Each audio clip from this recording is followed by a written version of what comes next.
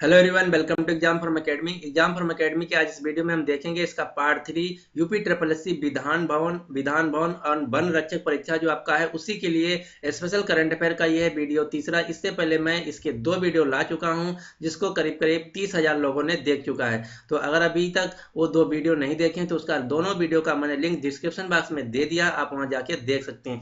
ये सभी जो करंट अफेयर के क्वेश्चन है यूपी ट्रिपल एससी पैटर्न पर आधारित हैं और सभी 2018 के लेटेस्ट और इम्पॉर्टेंट करंट अफेयर हैं। जैसा कि आप सभी जानते हैं अभी यूपी पीसीएस का एग्जाम हुआ था, तो यूपी पीसीएस में जो करंट अफेयर पूछा गया था उसमें सबसे ज्यादा जो जीएस का पोर्शन था उसमें सबसे ज्यादा करंट अफेयर के क्वेश्चन पूछे गए थे।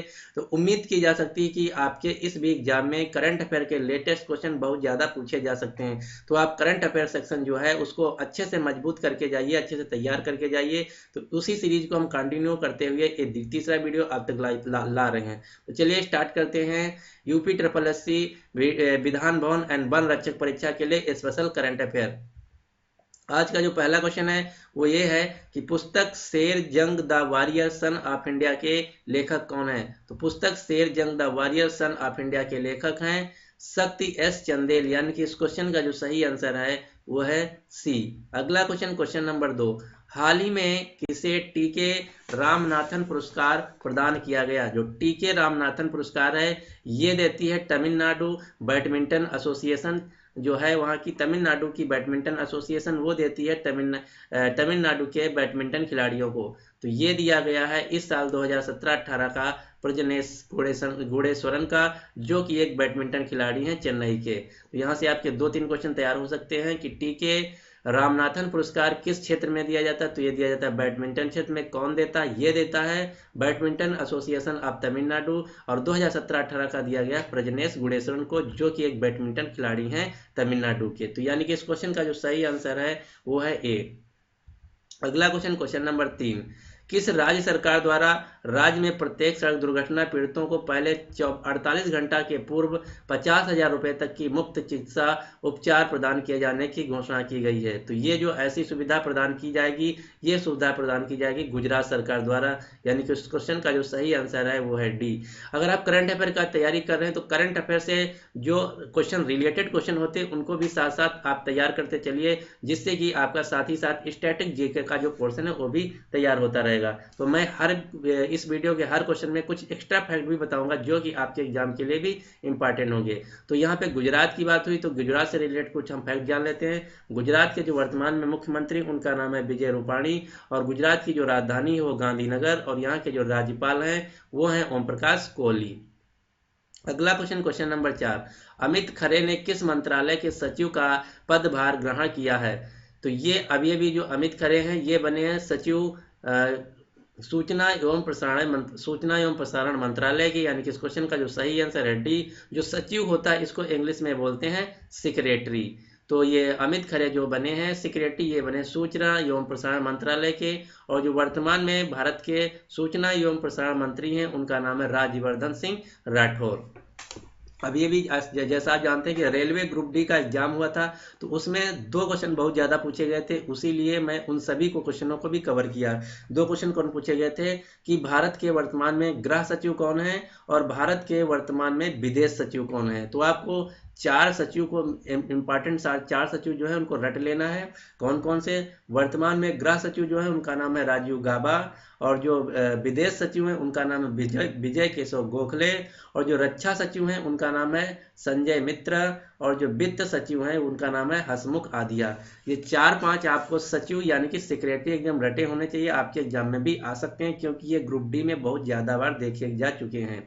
तो जो सूचना एवं प्रसारण मंत्रालय के सचिव हैं वो हैं अमित खरे, गृह सचिव राजीव गाबा, रक्षा सचिव संजय मित्रा, वित्त सचिव हसमुख आदिया, विदेश सचिव विजय केशव गोखले। तो ये सभी आपको याद रखना है। अगला क्वेश्चन, क्वेश्चन नंबर 5, हाल ही में संपन्न महिलाओं की बैडमिंटन प्रतियोगिता जिसका नाम था ऊबर कप 2018, यह खिताब किसने जीता। तो ऊबर कप 2018 का जो खिताब जीता ये जीता जापान की टीम ने। और ऊबर जो कप है ये भी पूछा जाता है ऊबर कप किससे रिलेटेड है, तो एक बैडमिंटन से रिलेटेड है।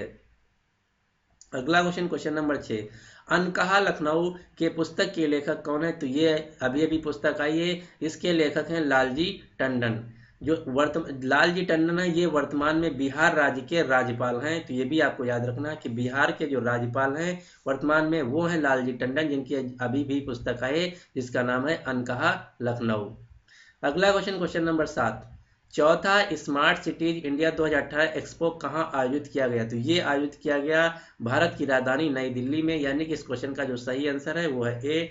आप सभी लोग जानते होंगे कि भारत जो सरकार जो है 100 यानी कि 100 स्मार्ट सिटी बना रहा है, तो उसी के प्रबंध के लिए या मैनेजमेंट के लिए या उसका कार्य कैसे स्टार्ट किया जाए उसी के लिए एक्सपो किया गया था।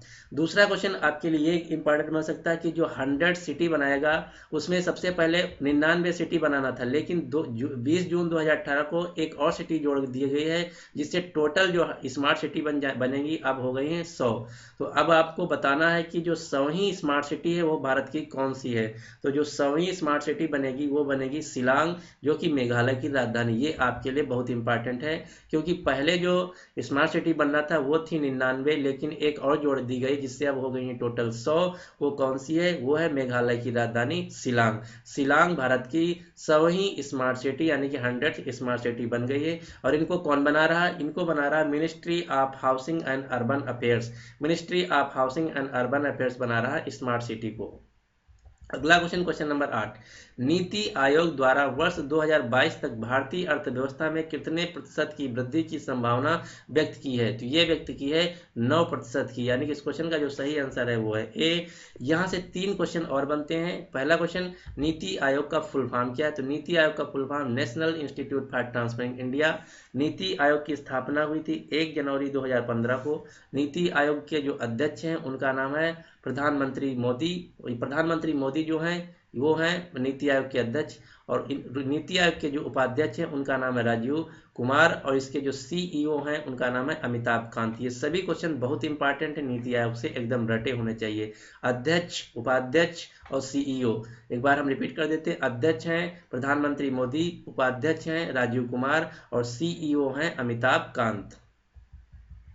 अगला क्वेश्चन, क्वेश्चन नंबर 9, पश्चिम बंगाल की मुख्यमंत्री ममता बनर्जी ने किस प्रसिद्ध पार्श्व गायिका को राज्य का सर्वोच्च नागरिक पुरस्कार जिसका नाम है बंग विभूषण से सम्मानित किया? तो बंग विभूषण जो कि पश्चिम बंगाल का सर्वश्रेष्ठ पुरस्कार है, ये दिया गया पार्श्व गायिका आशा भोसले को, यानी कि इस क्वेश्चन का जो सही आंसर है वो है ए। अगला क्वेश्चन, क्वेश्चन नंबर 10, लंदन स्थित institute of economics and peace जिसको द्वारा जारी वैश्विक शांति सूचकांक 2018 में किस देश को शीर्ष स्थान प्राप्त हुआ? तो आपको बताना जो इंटरनेशनल पीस इंडेक्स है इसमें सबसे शीर्ष स्थान पर कौन रहा, यानी कि फर्स्ट नंबर पे कौन सा देश रहा? तो ये रहा आइसलैंड देश, यानी कि इस क्वेश्चन का जो सही आंसर है वो बी। दूसरी बात, अगर आप कोई भी इंडेक्स याद कर रहे हैं तो वहां से आपको 3 क्वेश्चन याद करने हैं। कौन सा? पहला क्वेश्चन कि वो जो इंडेक्स है किसने जारी किया। दूसरा क्वेश्चन कि उस इंडेक्स में कौन सा देश नंबर 1 पे रहा। तीसरा क्वेश्चन, उस इंडेक्स में भारत की स्थिति क्या रही। तो इसको जो इंटरनेशनल ग्लोबल पीस इंडेक्स 2018 इसको जारी किया institute for economic and peace जो कि लंदन में है। इसमें जो नंबर 1 पे देश रहा वो रहा आइसलैंड, और इसमें जो भारत की स्थिति रही वो रही 137, यानी कि भारत जो था 137 नंबर पे था। कितने देशों में से? 163 देशों में। ये 3 क्वेश्चन आपको याद रखना है कि भारत की जो स्थिति थी वो 137 थी, कितने देशों में? 163 देशों। तो ये आपको याद नहीं रखना, आपको याद रखना है भारत की जो इंटरनेशनल पीस इंडेक्स 2018 में स्थिति थी या रैंकिंग थी वो थी 137। नंबर 1 कंट्री था आइसलैंड, इसको जारी किया था Indian institute for economic and peace. ये 3 क्वेश्चन हर इंडेक्स से आपको याद होना चाहिए। अगला question, question number 11, Bharat Nepal संयुक्त सैन्य अभ्यास जिसका नाम है सूर्यकिरण, ये कहां पर आयोजित की गई? तो ये आयोजित की गई पिथौरागढ़ डिस्ट्रिक्ट में। पिथौरागढ़ जो शहर है ये डिस्ट्रिक्ट ये पड़ता है उत्तराखंड राज्य में। और यहाँ पर बात हुई है नेपाल की, तो नेपाल से कुछ चीज़ें हम जान लेते हैं। नेपाल की राजधानी है काठमांडू, और यहाँ के जो प्रधानमंत्री उनका नाम है खड़गा प्रसाद ओली, जिनको शार्ट में बोलते हैं केपी ओली। और यहाँ के जो राष्ट्रपति हैं वो नेपाल की प्रथम महिला राष्ट्रपति बनी जिनका नाम है विद्या देवी भंडारी। तो बहुत इंपॉर्टेंट है, आपको याद रखना है नेपाल की पहली महिला राष्ट्रपति कौन है, उनका नाम है विद्या देवी भंडारी, जो कि वर्तमान में इस समय है। अगला क्वेश्चन, क्वेश्चन नंबर 12, 2018 के मध्य G7 राष्ट्रों का 44वां शिखर सम्मेलन कहाँ संपन्न हुआ? तो ये संपन्न किया गया क्यूबेक सिटी कनाडा में, यानी कि इस क्वेश्चन का जो सही आंसर है वो है ए। जो G7 से राष्ट्र हैं, इसमें विश्व के सबसे प्रभावशाली जो 7 देश हैं उनका एक इकोनॉमिक संगठन यानी कि समूह है। वो 7 देश कौन कौन से हैं? उनमें 7 देश में Canada, America, Germany, France, Italy, UK, ये 7 देश हैं। ये इनका एक इकोनॉमिक फोरम है, इकोनॉमिक ग्रुप है। अगला question, question number 13, NITI Aayog द्वारा विकसित समग्र जल प्रबंध सूचकांक में किस राज्य को सबसे निचला स्थान प्राप्त हुआ? तो इसमें जो सबसे निचला स्थान प्राप्त हुआ वो प्राप्त हुआ झारखंड को। तो दूसरा क्वेश्चन आपको ये भी याद रखना कि जो निचला प्राप्त हुआ तो झारखंड को, लेकिन सबसे सर्वोच्च स्थान यानी कि नंबर 1 में कौन सा राज्य रहा? तो वो रहा गुजरात राज्य। ये दोनों क्वेश्चन आपको याद रखने हैं। अगला क्वेश्चन, क्वेश्चन नंबर 14, हाल ही में संपन्न फेमिना मिस इंडिया 2018 का खिताब किसने जीता? तो ये जीता अनुकृति व्यास ने, यानी कि इस क्वेश्चन का जो सही आंसर है वो है डी। नेक्स्ट क्वेश्चन नंबर 15, हाल ही में जारी भारत के पहले आपदा जोखिम सूचकांक में कौन सा राज्य शीर्ष पर रहा? तो ये जो शीर्ष पर रहा वो रहा महाराष्ट्र सरकारी राज्य, यानी कि इस क्वेश्चन का जो सही आंसर है वो है ए। पहले आपदा जोखिम सूचकांक में नंबर 1 पे जो राज्य रहा वो रहा महाराष्ट्र। आपदा जोखिम में का मतलब क्या है? इसका मतलब ये है अगर यहाँ कोई नेचुरल डिजास्टर या आपदा कोई आती है तो सबसे ज़्यादा जो अपने आप को तुरंत रिकवर कर लेगा वो है भारत का महाराष्ट्र राज्य। अगला क्वेश्चन, क्वेश्चन नंबर 16, देश का पहला राज्य कौन सा है जिसने अपना आधिकारिक हेलीकॉप्टर आम लोगों के आवागमन हेतु प्रदान किया है? तो ये बन गया है हिमाचल प्रदेश। ऐसा करने वाला भारत का पहला राज्य है हिमाचल प्रदेश। हिमाचल प्रदेश की जो राजधानी है वो है शिमला। यहाँ के जो मुख्यमंत्री हैं उनका नाम है जयराम ठाकुर। और यहाँ से 2 क्वेश्चन और आपके पूछे जाते हैं कि जो रोहतांग पास है या बारालाचा पास है, ये 2 अलग अलग पास हैं। रोहतांग पास और बारालाचा पास ये भारत के किस राज्य में स्थित हैं? तो दोनों रोहतांग पास और बारालाचा जो रहा है ये भारत के हिमाचल प्रदेश राज्य में स्थित है। ये बहुत क्वेश्चन पूछा गया है एसएससी सीजीएल में, उसीलिए मैं इसको यहाँ पे मेंशन कर देता हूँ कि आपको याद रखना बारालाचा पास और रोहतांग पास, या दर्रे पास मतलब होता है दर्रे, ये दोनों दर्रे रोहतांग दर्रे और बारालाचा दर्रा ये दोनों पाए जाते हैं हिमाचल प्रदेश में। अगला क्वेश्चन, क्वेश्चन नंबर 17, केंद्रीय वाणिज्य व उद्योग तथा नागरिक उड्डयन मंत्री जिनका जो है सुरेश प्रभु ने एक मोबाइल ऐप लॉन्च किया जिसका नाम है रीयूनाइट। तो आपको बताना कि जो रीयूनाइट ऐप है सुरेश प्रभु ने लॉन्च किया ये किस लिए है? तो ये लॉन्च किया गया है खोए हुए बच्चों को पता लगाने के लिए, यानी कि इस क्वेश्चन का जो सही आंसर है वो है ए। और जो सुरेश प्रभु हैं वर्तमान में हमारे केंद्रीय वाणिज्य मंत्री, मतलब कॉमर्स, इंडस्ट्री और सिविल एविएशन के मिनिस्टर हैं। अगला क्वेश्चन, क्वेश्चन नंबर 18, 19वें अंतर्राष्ट्रीय भारतीय फिल्म अकादमी जिसको इंग्लिश में बोलते हैं इंटरनेशनल इंडिया फिल्म एकेडमी 2018 पुरस्कार समारोह में फिल्म सर्वश्रेष्ठ फिल्म का पुरस्कार किसे प्रदान किया गया? तो ये प्रदान किया गया तुम्हारी सुल्लू मूवी को, यानी कि इस क्वेश्चन का जो सही आंसर है वो बी। दूसरा क्वेश्चन यहाँ से ये भी पूछा जा सकता है जो आईफा 2018 था ये कहाँ आयोजित किया गया? तो ये आयोजित किया गया थाईलैंड के बैंकॉक शहर में। थाईलैंड के बैंकॉक शहर में आईफा 2018 पुरस्कार आयोजित किए गए। अगला क्वेश्चन, क्वेश्चन नंबर 19, हाल ही में रेल मंत्रालय द्वारा आरावली एक्सप्रेस का नाम परिवर्तित करके नया नाम क्या रखा गया है? तो जो आरावली ट्रेन थी, आरावली एक्सप्रेस ट्रेन, इसका नया नाम रखा गया है अमरापुर आरावली एक्सप्रेस ट्रेन, जो कि मुंबई के बांद्रा टर्मिनल से जयपुर के बीच चलती है। तो इसका जो सही आंसर हो गया वो हो गया बी। अगला question, question number 20, India open boxing tournament 2018 में किसने स्वर्ण पदक जीता? तो ये जीता है मैरी कॉम ने, यानी कि इस क्वेश्चन का जो सही आंसर है ए। दूसरा क्वेश्चन यहाँ से ये बार बार पूछा जाता है कि मैरी कॉम जो है भारत के किस राज्य से संबंधित है? तो भारत के मणिपुर राज्य से संबंधित है। और जो मैरी कॉम है बॉक्सिंग स्पोर्ट से भी बॉक्सिंग स्पोर्ट खेलती है, ये भी क्वेश्चन पूछा जाता है। अगला क्वेश्चन, क्वेश्चन नंबर 21, जिम्नास्टिक विश्व कप 2018 में ब्रॉन्ज मेडल जीतकर किस खिलाड़ी ने इतिहास रच दिया? तो जो जिम्नास्टिक विश्व कप 2018 था इसमें ब्रॉन्ज मेडल भारत की तरफ से पहली बार जीता अरुणा रेड्डी ने ऐसा किया। दूसरा क्वेश्चन यहाँ से ये बन सकता है कि अरुणा रेड्डी भारत के किस राज्य से संबंधित हैं? तो ये हैदराबाद की हैं, यानी कि तेलंगाना राज्य से संबंधित हैं। अगला question, question number 22, ISSF world shooting cup 2018 में किस भारतीय ने गोल्ड मेडल जीता? तो ये जीता है मनु भाकर ने।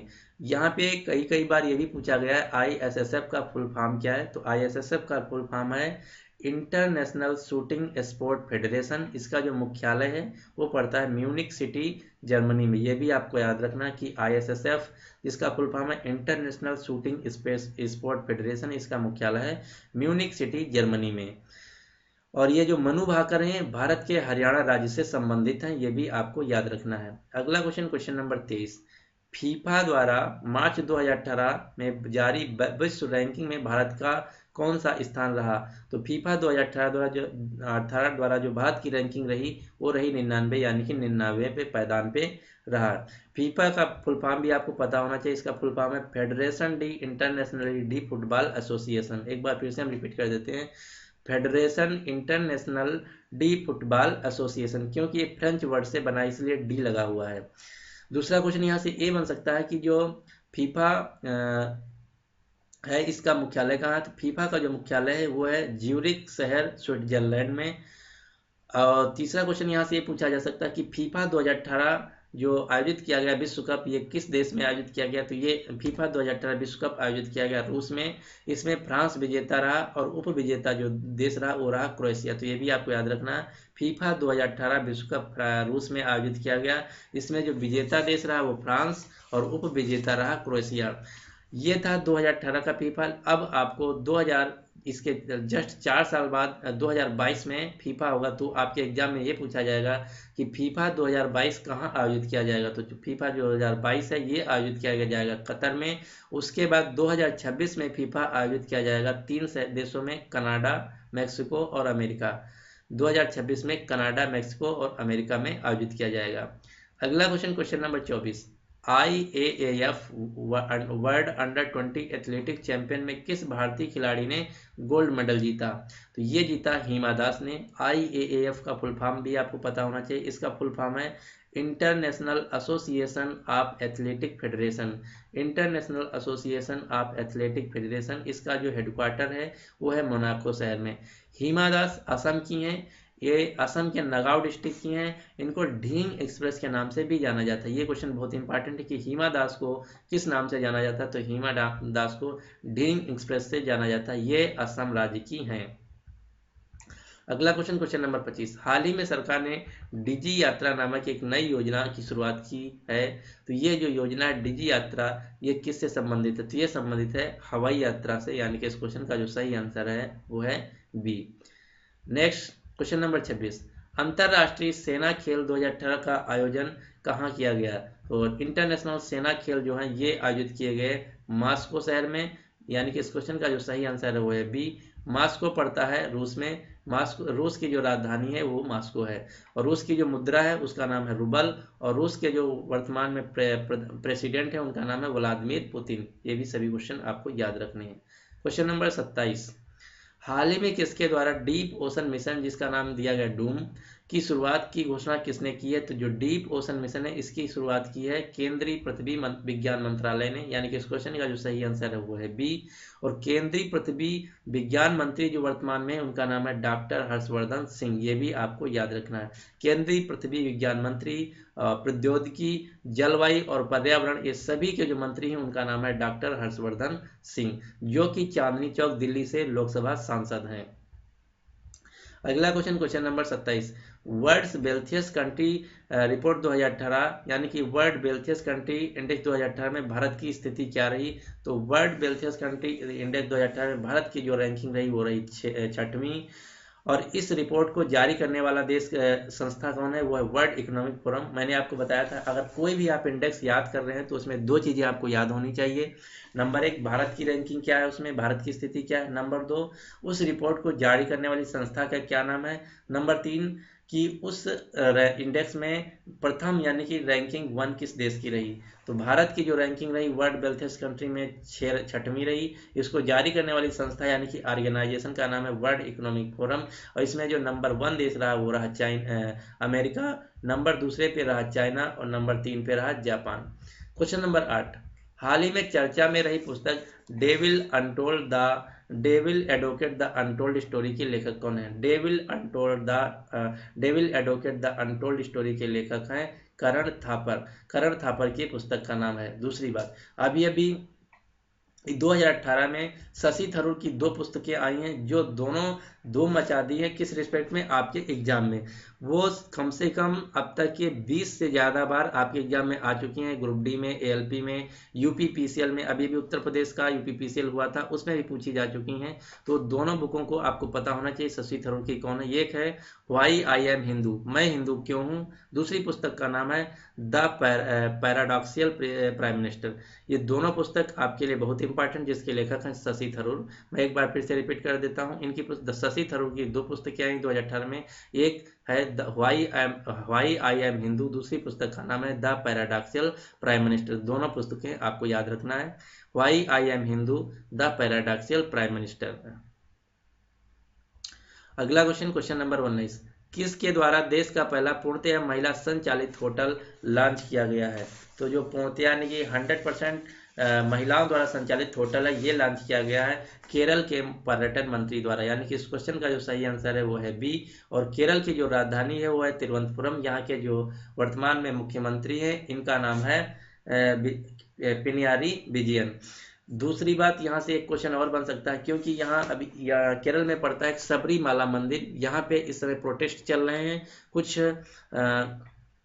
तो इसलिए जो सबरीमाला टेम्पल है वो बहुत न्यूज में है। तो आपको ये पता होना चाहिए कि सबरीमाला जो टेम्पल है भारत के किस राज्य में है। तो सबरीमाला भारत के केरल राज्य में पड़ता है। ये क्वेश्चन आपके एग्जाम में आ सकता है, क्योंकि जो सबरीमाला मंदिर इस समय बहुत ज़्यादा न्यूज में है। तो आपको याद कर लेना कि सबरीमाला जो मंदिर है केरल राज्य में पड़ता है। क्वेश्चन नंबर 30 और इस वीडियो का लास्ट क्वेश्चन, हाल ही में वर्ष 2018 के रमन मैगसेसे पुरस्कार की घोषणा हुई है। तो इस संबंध में कौन सा कथन सही है? तो जो रमन मैगसेसे पुरस्कार है, इस बार इसके लिए 2 भारतीयों को चुना गया है, बिल्कुल बात सही है।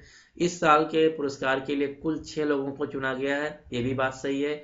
भारत के जो 2 लोग हैं वो कौन कौन से हैं? भारत के पहले एक व्यक्ति हैं भरत वाटवानी और दूसरे हैं सोनम वांगचुक। ये 2 भारत के लोग हैं जिनको दिया गया है। और टोटल जो दिया गया लोगों को दिया गया 6 लोगों को, यानी कि इसमें कौन सा ऑप्शन सही? उपयुक्त सभी। इस क्वेश्चन के जो सही आंसर हो जाएगा वो हो जाएगा ई। दूसरी बात, रमन मैगसेसे पुरस्कार जो है इसको एशिया का नोबेल पुरस्कार भी कहा जाता है। ये कौन देता है? ये देती है फिलीपींस की सरकार। रमन मैगसेसे फिलीपींस के प्रधानमंत्री थे, उन्हीं के नाम पे ये पड़ा है। इसे एशिया का नोबेल प्राइज भी कहा जाता है। ये किन किन क्षेत्रों में दिया जाता है ये भी आपको पता होना चाहिए। ये दिया जाता है गवर्नमेंट सेक्टर में सर्विस में, अगर कोई अच्छी गवर्नमेंट सर्विस देता है, पब्लिक सर्विस में, कम्युनिटी लीडर में, और सोशल रिस्पॉन्सिबिलिटी में, इन सभी चीज़ों में दिया जाता है। तो इस साल जो दिया गया टोटल 6 लोगों को दिया गया, जिनमें 2 भारतीय हैं जिनका नाम है भारत वाटवानी और सोनम वांगचुक। ये दोनों नाम आपको रटे होने चाहिए। और ये जो रमन मैगसेसे पुरस्कार ये सिर्फ एशियाई देशों को दिया जाता है, यानी कि जितने एशिया के देश हैं उन्हीं को ही दिया जाता है। तो ये था इस वीडियो का लास्ट क्वेश्चन। अब आपके लिए क्वेश्चन ये है कि फीफा द्वारा मार्च 2018 में जारी विश्व रैंकिंग में भारत का स्थान कौन सा रहा? तो इस क्वेश्चन को आपको अटेम्प्ट करके कमेंट में बताना है कि इसका सही आंसर क्या होगा। तो उम्मीद करता हूं कि आपको वीडियो पसंद आया होगा। अगर आपको वीडियो पसंद आया तो प्लीज़ लाइक कर दीजिए और साथ ही साथ अपने दोस्तों के साथ भी शेयर कर दीजिए।